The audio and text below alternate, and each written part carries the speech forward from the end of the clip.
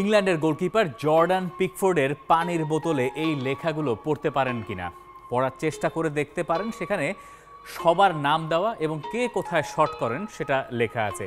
Manuel আকানজির নামটা ঠিক এই জায়গাতে যেখানে লেখা আছে হোল্ড, ডাইভ লেফট এবং গো লো। পড়াটা একটু মুশকিল।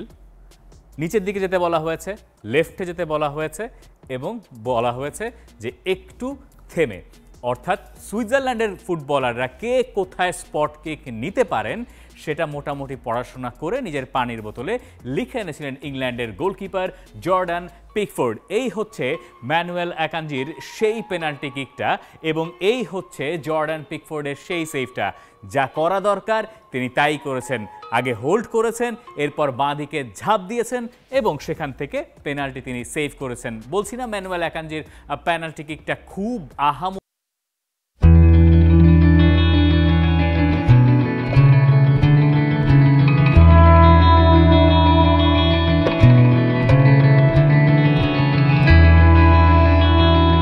পেনাল্টি কিক ছিল তার স্ট্যান্ডার্ডে, অন্তত পক্ষে ওই একটা পেনাল্টি কিকই জর্ডান পিকফোর্ড ঠেকিয়েছেন। ইংল্যান্ড 5টার 5টাতেই সফল হয়েছে এবং ইংল্যান্ড চলে গেছে ইউরোর সেমিফাইনালে সুইজারল্যান্ডকে হারিয়ে দিয়ে। ইংল্যান্ডের এই উল্লাস হয়তো ইংল্যান্ডের খেলার সঙ্গে একটু বেমানান। আপনি অনেক রকম কথা বলতে পারেন যে ইংল্যান্ড হয়তো মন ভরানোর মতো ফুটবল খেলে নাই, দলে এত সব নামি দামি তারকা থাকার পরও আপনি হয়তো ইংল্যান্ডের কাছ থেকে সেরা ফুটবলটা যেটা দেখার প্রত্যাশা করেন সেটা হয়তো দেখতে পারেন নাই। কিন্তু আমি যদি আপনাকে প্রশ্ন করি যে এবারে টুর্নামেন্টে যে দলগুলো টিকে আছে, একমাত্র স্পেনের কথা বাদ দেন, জার্মানি তো বাদ পড়েই গেছে, এই ছাড়া মন ভরানোর মতো ফুটবল খেললো আসলে কে? সবাই তো এই রকম ফুটবলই খেলেছে, কিন্তু দিন শেষে দোষটা হয়েছে মাত্র একজনেরই এবং তার নাম গ্যারেথ সাউথগেট। তিনি এই কথাটাই ম্যাচ শেষে মনে করিয়ে দিচ্ছেন আমাদের সবাইকে। পিছিয়ে পড়েও আরও একবার ফিরে আসতে পারা এবং সেখান থেকে ঘুরে দাঁড়ানোর মানসিকতা বড় ব্যাপার। এই ধরনের টুর্নামেন্টে সবসময় ভালো খেলাই শেষ কথা না। এই হচ্ছে গ্যারেথ সাউথগেটের কথা, যে ভালো খেললেই যে আপনি ম্যাচ জিতবেন, টুর্নামেন্টে তরতর করে এগিয়ে যাবেন, এমন কোনো কথা নাই। সেটা আমাদেরকে ফ্রান্স দেখিয়েছে, সেটা আমাদেরকে দেখালো ইংল্যান্ড। এত আলোচনা, এত সমালোচনার পরও এই গ্যারেথ সাউথগেটের ইংল্যান্ডই চলে গেছে আরও একটা ইউরোর সেমিফাইনালে।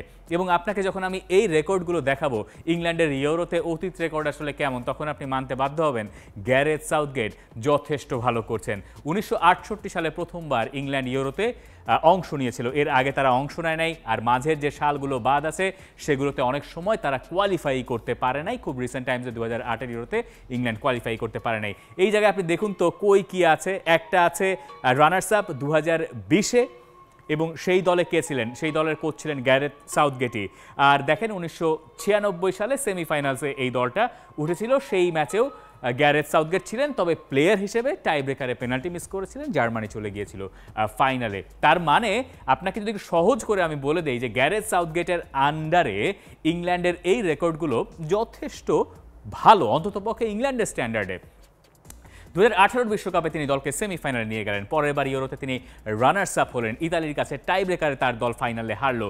22-এর বিশ্বকাপে ফ্রান্সের কাছে তাদের কোয়ার্টার ফাইনালে হারতে হয়েছিল, হ্যারি কেইন পেনাল্টি মিস করেছিলেন। আর 2024-এর ইউরোর যাত্রা এখনও তাদের চলছে এবং ইংল্যান্ড এখান থেকে ফাইনালে যাওয়ার স্বপ্ন দেখতেই পারে। তো আমরা যে গ্যারেথ সাউথগেটকে সবাই যে এত গালমন্দ করেন আর এত যে আলোচনা সমালোচনা করেন, এই রেকর্ডগুলো কি আসলে তার পক্ষে কথা বলছে না? তাই তো বলছে। আরও একটা মজার ব্যাপার দেখায়, গ্যারেথ সাউথগেটের এই ম্যাচটা, অর্থাৎ সুইজারল্যান্ডের সঙ্গে ম্যাচটা ছিল তার ইংল্যান্ডের কোচ হিসেবে 100তম ম্যাচ, যার ভেতরে তিনি 60টাতে জিতলেন, হেরেছেন 16টাতে, আর সব মিলিয়ে ড্র আছে 23টা। রেকর্ড ইংল্যান্ডের কোচ হিসেবে যথেষ্ট ভালো আপনাকে বলতে হবে, বা সেটা আপনি আসলে বলতেই পারেন। ইংল্যান্ডের এই ম্যাচে জয়ের নায়ক আসলে কে? জয়ের নায়ক বুকায়ো সাকা। এই ছবিতে আপনি দেখতে পাচ্ছেন বুকায়ো সাকাকে জড়িয়ে আছেন গ্যারেথ সাউথগেট। এটা 2021-এর ইউরো, যেটা 2020 নামে কিন্তু হয়েছিল 2021-এ।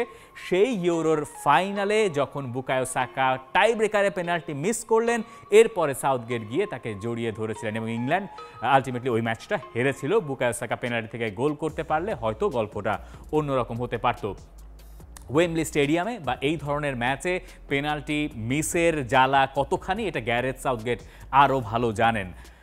সেই বুকায়ো সাকা ম্যাচের নায়ক হয়ে গেলেন যখন সুইসরা লিড নিল, ব্রিল এমবোলো গোল করলেন। এরপরে মনে হচ্ছিল যে সুইজারল্যান্ড বোধহয় ম্যাচ থেকে পরের রাউন্ডে চলে যেতে পারবে, কিন্তু বুকায়ো সাকার বক্সের ঠিক বাইরে থেকে এই ওয়ান্ডার স্ট্রাইকটা ইংল্যান্ডকে ম্যাচে টিকিয়ে রেখেছিল। এর আগ পর্যন্ত অবশ্য খুব ঝিমুনে খেলা হচ্ছিল। ফার্স্ট হাফে ইংল্যান্ডের একটাও অন টার্গেটে শট ছিল না।